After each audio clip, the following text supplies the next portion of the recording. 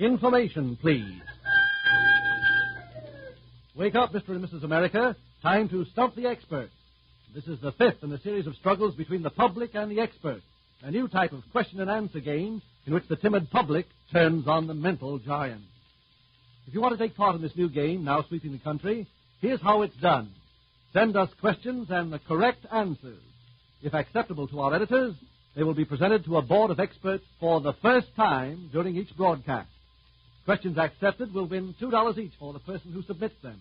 Any questions the experts cannot answer will be rewarded with an extra $5. The contest will be refereed by our Master of Ceremonies, Mr. Clifton Fadiman, literary critic of the New Yorker magazine. I present Clifton Fadiman.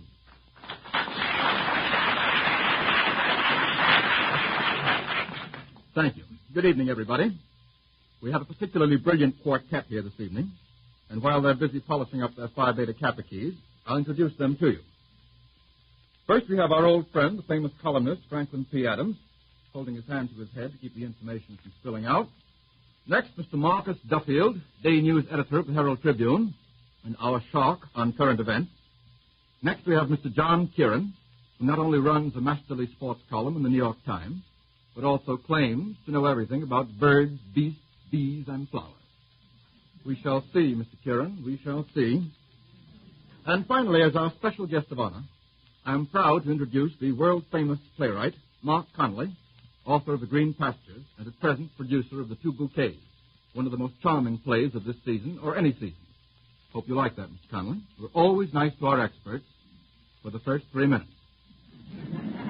Now, folks, please remember, these four towering intellects, let's see your intellect tower, Mr. Adams, for a moment, thank you, have not seen these questions in advance. This is an informal program in which anything may happen, and very likely will. Questions are addressed to the entire board. Any member who gets a brainstorm may raise his hand. Now let him take a crack at the answer. The question must be answered by one member, except where the question is composed of more than 2 parts, in which case the board can cooperate. But if any part is answered incorrectly, $5 is forfeited. When you hear that cash register sound, that means $5 is actually being paid out to the lucky questioner. That clear? Now, a number of people are here in the studio now, all set to ask the questions they sent in. Those questions which we received from out-of-town listeners will be presented to the board by your Master of Ceremonies. We're all ready now to throw our questions to the lions.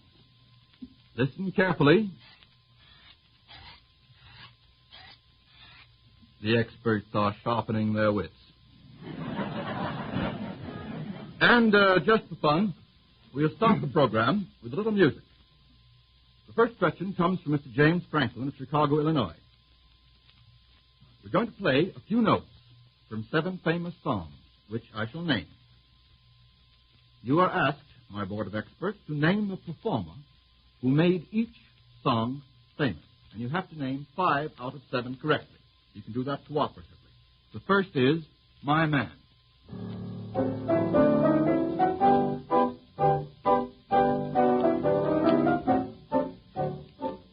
Let's have it. Libby. Mr. Adams. Fanny Bright. That's quite correct. The second is My Bill.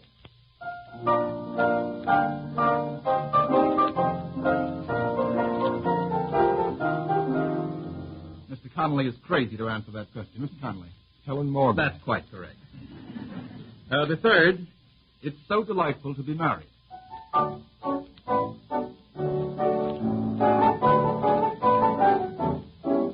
Adams with that well-known confident smile on his face. Anna Hell. That's quite correct. The next is Some of These Days.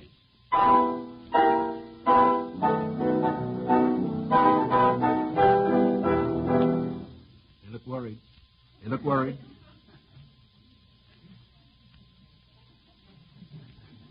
Still don't know. They're talking to each other.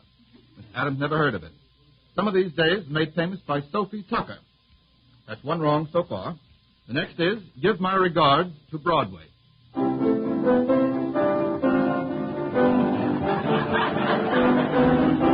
right, Mr. Carey, you seem to know that one. I think it was a great baseball fan by the name of George M. Cohen. Quite correct. The sixth, Whoopee.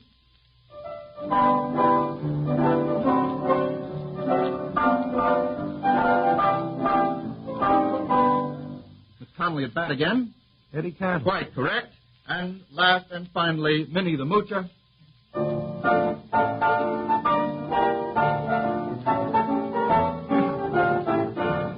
Oh, I think we've got them. Miss Connolly? I know a man who sang it. Who was it? Joe Cook. I don't want Joe Cook. I won't accept him tonight. Well, they got 5 out of 7, so they just escaped losing the $5. Actually, Minnie the Moocher was made famous, I think, by Cab Calloway. Wouldn't that be right? Thank you very much. The next question comes to us from Mr. Dillard Gay, 9811 Dearborn Avenue, Detroit, Michigan. Question. What man was nominated to run for the office of President of the United States while serving a term in prison? Mr. Duffield. Eugene B. Debs. Eugene B. Debs is correct.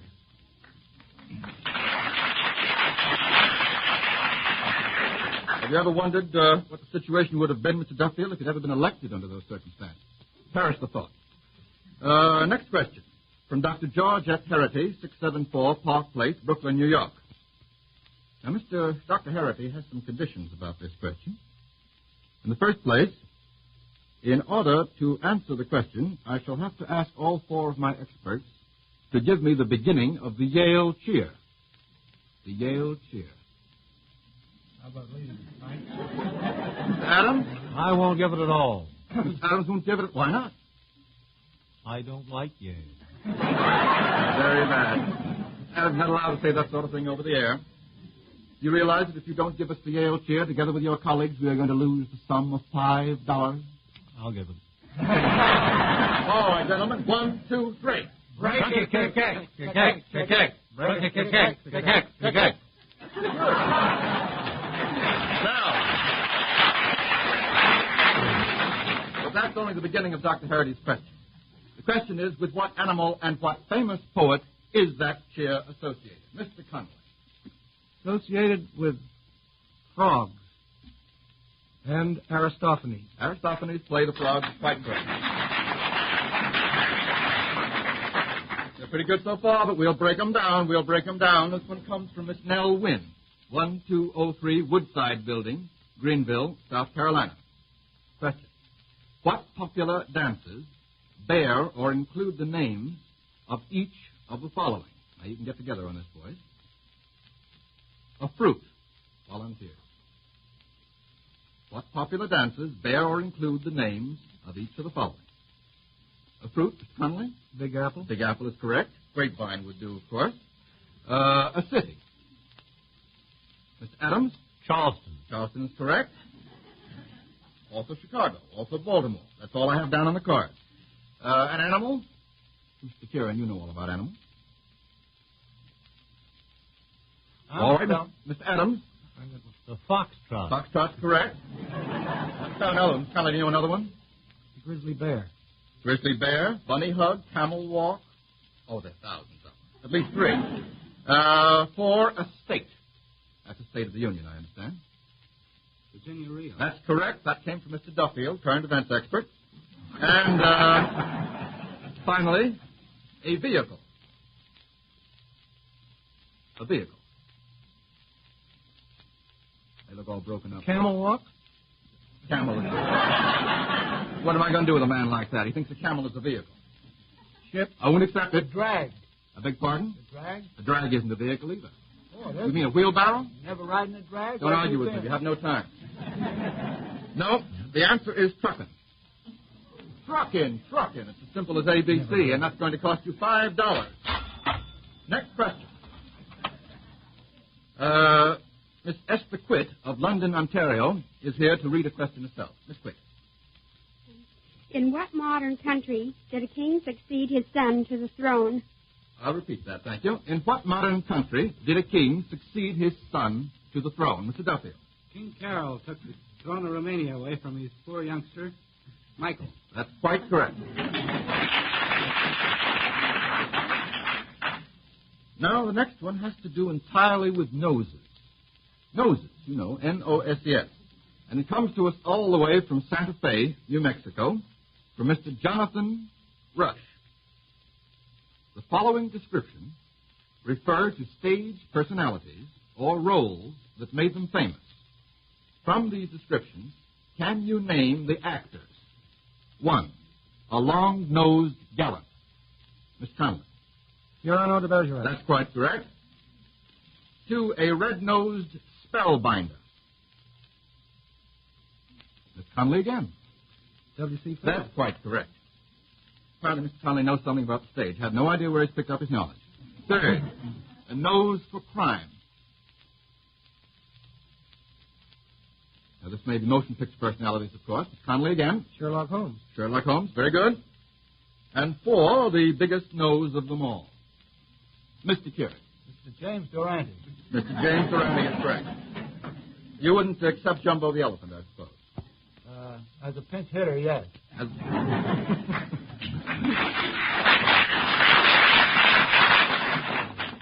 Now, Mr. Joe Eakins of 345 West 86th Street is here tonight to read his question. What Mr. Eakins has done is to translate 2 famous lines by a contemporary poet. He's going to read them to you. It is unusual for the male of the species to make amatory overtures to a female of the species whose orbs are obscured by lenses. Can you quote the original and give the source? I'll run that through once more. It is unusual for the male of the species to make amatory overtures, lovely phrase, to a female of the species whose orbs are obscured by lenses. Why, they all seem to know it. They all know it. Mr. Kieran has 2 hands up. Mr. Kieran. Men Don't Make Passes at Gals with Glasses by Dorothy Parker. That's correct. Actually, you have changed the lines a little bit, made them a trifle ungrammatical, Mr. Kieran. Men seldom make passes at girls who wear glasses is the correct version, but I think we'll let you go. The next one comes from Mr. Lou Auerbach, 134 East Mosholu Parkway, Bronx, New York. Explain each of the following. The board can get together on this. Dutch courage, Dutch treat, Dutchman's breeches, the Flying Dutchman, the Flying Dutchman, the Flying Dutchman, the Flying Dutchman, the Flying Dutchman, the Flying Dutchman, the Flying Dutchman. This one very brave. This one very brave. This one very brave. Is that your explanation of what Dutch courage is? I'm afraid I must mark you wrong on that. Mr. Kieran. Can I go backward on them? Well, No, I'll the try question's that. been answered wrong already, but I'd like to get the correct answer from you. Well, I think Dutch courage is courage inspired maybe by a good flow of beer. Yes, that's quite And correct. what's the second one? The second one is Dutch treat. The Dutch treat, that's where you pay as you go. Right. Dutchman's breeches. Oh, Dutchman's breeches, that's right down my alley. That's Dicentra cucularia. I beg your pardon. A small flower that is now out of season, blooms around here in April. Well, why did you say that to begin with? And 4th, the Flying Dutchman. Well, a Flying Dutchman is a marine legend. At least that's one of the Flying Dutchmen. Correct. One's enough. Know any more Flying Dutchmen? Yes, Hans Wagner, the famous shortstop of the Pittsburgh Pirates.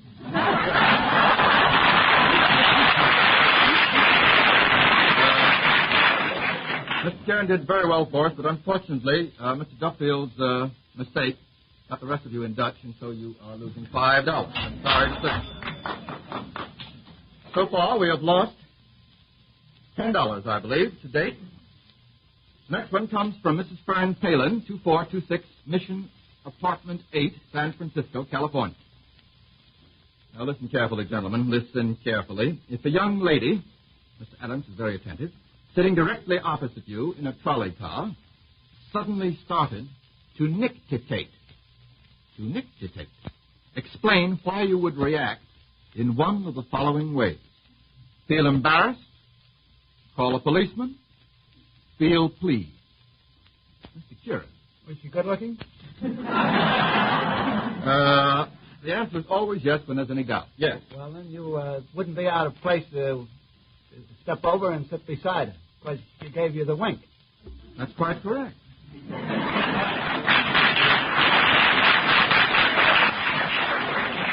Finally, Mr. Kieran, when he's not attending baseball games, sporting matches, has done a good deal of nictation in his time. Thank you very much, Mr. Kieran. What a life you've led. The next, from Mr. Bernard Gelb, 1290 Lafayette Avenue, Bronx, New York. Identify the play, motion picture, or the actor with whom 4 of the following lines are associated. Now, there are 5 lines altogether. You've got to get 4 of them. The first is, that's all there is. There isn't any more. Volunteer.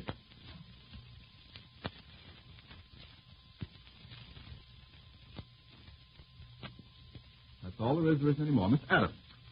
Miss Ethel Barrymore. Yes. Remember the play in which that was said? We won't count you wrong if you don't.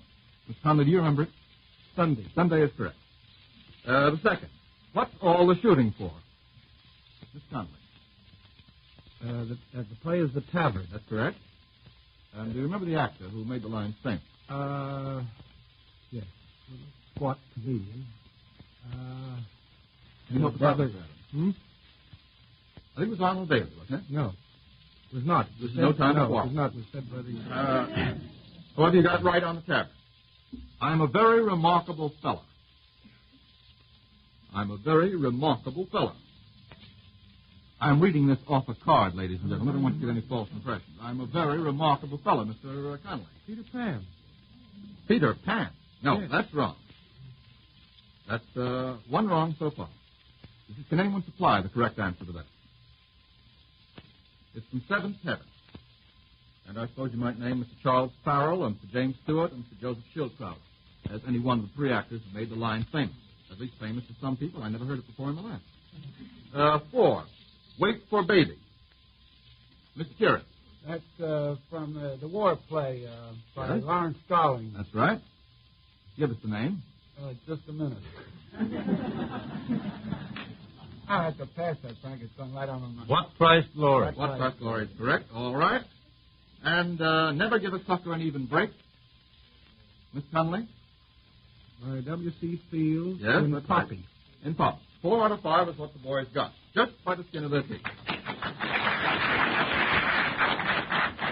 Adam, stop nictating it. Mr. Joseph Klein of 485 Ocean Avenue, Brooklyn, New York, sends us this very good question. Identify the following games. Tip Cat, that's T-I-P-C-A-T, Skittles, and Curling. Miss Kieran? Why, Tip Cat is a game that you play with a small wooden peg and a stick that you tip it up with and then wallop it. You see the boys playing it around the street. Right. Skittles is a game from which we probably get our bowling game. And curling, of course, is a 4-man team game that's played on ice where you shoot some heavy stones down at concentric circles down the rink. That sounds quite correct. It is correct. Miss Kieran, isn't Tip Cat also called One-A-Cat? No, One-A-Cat is a baseball game. It's played with an insufficient number of boys to make up a full 9. This is extra information that we're getting free of charge. However, the question was answered quite correct. From Mr. Winifred B. Rogerson of 47 Lemuel Avenue, Chicopee, Massachusetts, comes the following. Now, this is a very pretty question. To what birds, Mr. Kieran, this is more or less in your line, to what birds do the following questions, based upon well-known songs, refer? Now, there are 5 of them altogether, and you have to get all of the 5. 1.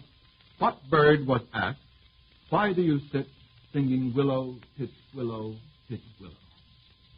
Little Tom Tit. Little Tom Tit's correct, or a dicky bird, I believe, in another stanza of that Yes, song. 2. What bird went to sea with the pussycat? The owl. Still Mr. Kieran. There's a bear on birds. What bird woke me last night when all was still? Mr. Adams. The Nightingale. The nightingale is correct. 4. Took that bird out of my mouth.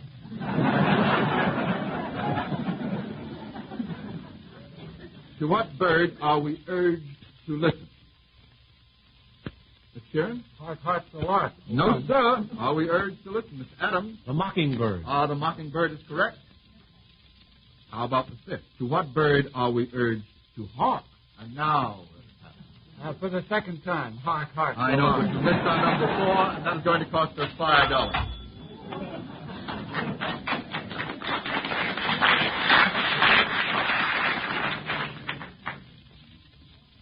From Miss Inez Heibel of 226 Franklin Street, Butler, Pennsylvania, comes as follows. Identify 3 out of 4 prominent women to whom these unusual first names belong. Now, these names are so unusual, I'm probably going to have a lot of fun pronouncing them. Here we go. The first is Marina, M-A-R-I-N-A. The second is Elzire, E-L-Z-I-R-E. The third is Hepzibah. I wouldn't even try to spell that one. And the fourth is Farida, F-A-R-I-D-A. Now, can any one of you gentlemen take the whole question and answer it complete? What was the second one? The second one was Elzire, E-L-Z-I-R-E. I'm doing my best on the pronunciation this evening. They're making notes, folks. Connolly's brow is furrowed. You drive a mule team through one of those furrows. Anybody got a mule team? I only got 3 answers. Well, let's have the 3. Which ones have you got? Is the Duchess of Kent. Marina is the Duchess of Kent, correct. Hepzibah is Yehudi Menuhin's sister. That's correct. And Farida is the Queen of Egypt. That's correct. And let's have Elzire. Can anyone give us Elzire? We've got the question in the bag. We've named 3 out of 4, but let's get Elzire. Mr. Duffield. Now, Mr. Duffield is an authority on current events. Her face is familiar, but I can't remember her name.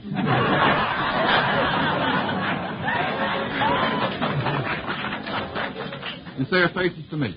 Yes, we used to play Indians together. You used to play Indians with Elzire. Well, you must have had a fine time with her. It's Mrs. Dion, the mother of the quintuplets.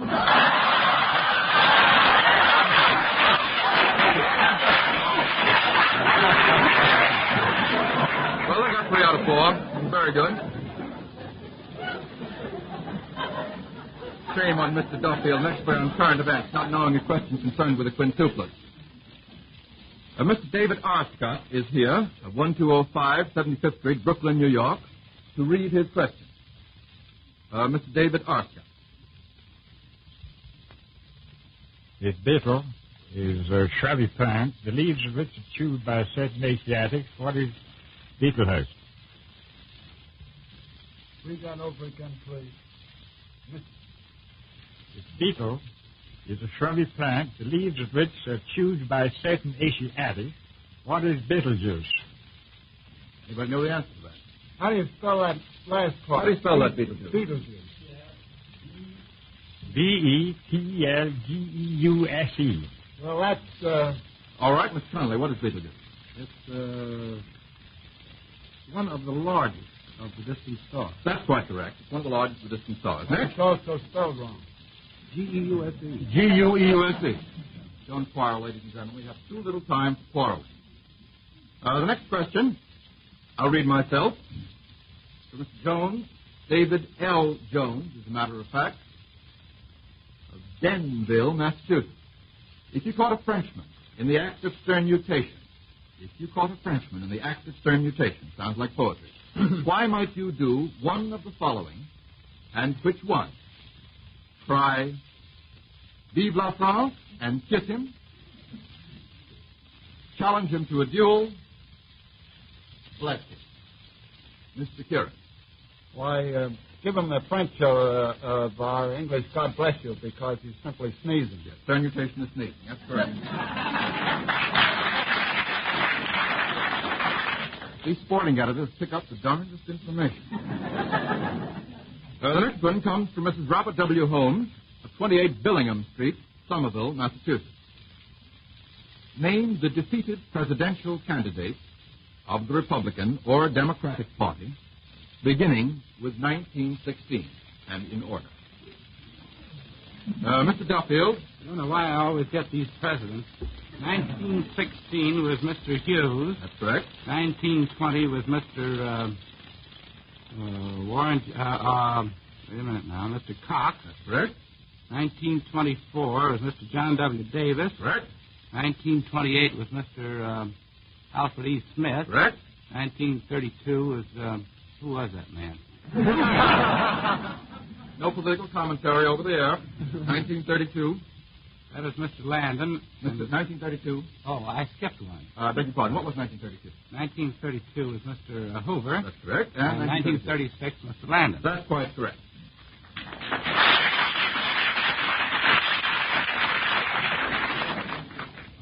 Now for Mr. W.L. Greer, 1709 Harvard Avenue, Canton, Ohio, comes this question.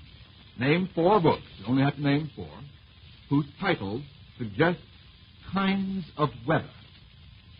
Weather, you know weather. All right, let's get cooperative answers on this. First volunteer, Mr. Duffy. If winter comes. Winter comes, very good. Mr. Kieran. Bromfield, the rains came. That's correct. Mr. Connolly, perhaps you have one. Or Mr. Adams. Let's say the novels. Small book. Storm over Mexico. Storm over Mexico is perfectly all right. And 4. We have 3 so far. Mr. Kieran? I'm sorry, I heard a whisper of the south wind. South wind is correct. Now, I think really it ought to be perfectly fair and square. We ought to see if we can't get one more. Rain with Gene Eagle. Rain with Gene Eagles turned out to be a book finally. That's quite correct. Well, there are a number of others one might mention. Typhoon, The Mortal Storm, which is a great bestseller at the moment. A High Wind in Jamaica. And here's one that'll slay you. George Moore's Hail and Farewell.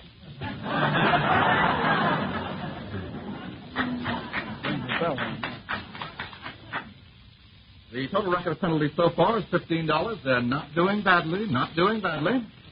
From Miss Helen Lewis of Philadelphia, Pennsylvania, comes the following very amusing question. To what does each of the following words refer? Schnitzel, Schnitzler, Schnozzle, Schnauzer, and Schnockenberg. I'll give it to you one at a time. Schnitzel. Volunteers on Schnitzel.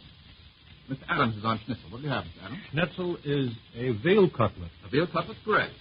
Now, Schnitzler. He's a playwright. He's a playwright. Now, Schnozzle. The radio audience cannot see that gesture, Mr. Kieran. The nostril. 2 nostrils. I mean, a good-sized pair. Yes. A good nose. Schnauzer, Mr. Kieran. The schnauzer is the type of dog, a long-haired dog. Yeah. And finally, Schnockenberg. This is the one that's going to slay them. Schnockenberg. Don't you know it, Mr. Kieran? Well, it sounds over a mountain. Oh, no. Might have been a mountain originally. Schnockenberg, if no one knows it, is a contemporary American painter, and that is going to cost us $5. Well, we have it. Schnitzel, Schnitzler, Schnoggle, Schnauzer, Schnockenberg. Pretty snappy, I think. Oh. Now time for one more question. This one comes from Mr. Eugene Bird of Black Mountain, North Carolina. Who were the first diet enthusiasts, according to Mother Goose? The first diet enthusiasts. Mr. Connolly. Mr. and Mrs. Spratt. Yes. Jack Spratt would eat no fat, his wife would eat no lean. Of course, there was also Taffy, the Welshman, who was somewhat partial to beef. We won't allow him in, though. I think that's about all we have time for this evening, ladies and gentlemen. And now for the total penalty, $20. The kitty has been reduced by that round sum. Thank you, all members of the board and all the folks that have submitted questions. Now, Mr. Cross, our announcer, has a word for you about next week's contest. Good night, everybody, and come again.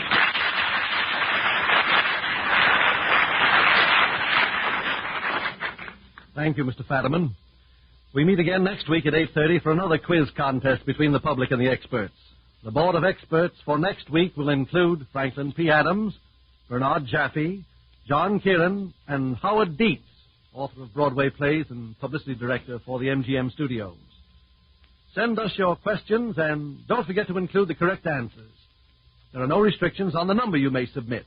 For each question chosen, you get $2. Then if the board flops on that question, you get $5 more. All questions become the property of Information Please. Questions on all subjects are welcome. History, sports, literature, music, science, movies, and so on. Make the questions interesting and amusing on subjects the experts should know and the public would like to learn about. So come on, everybody, join our new game of quizzing and stumping the experts. Send your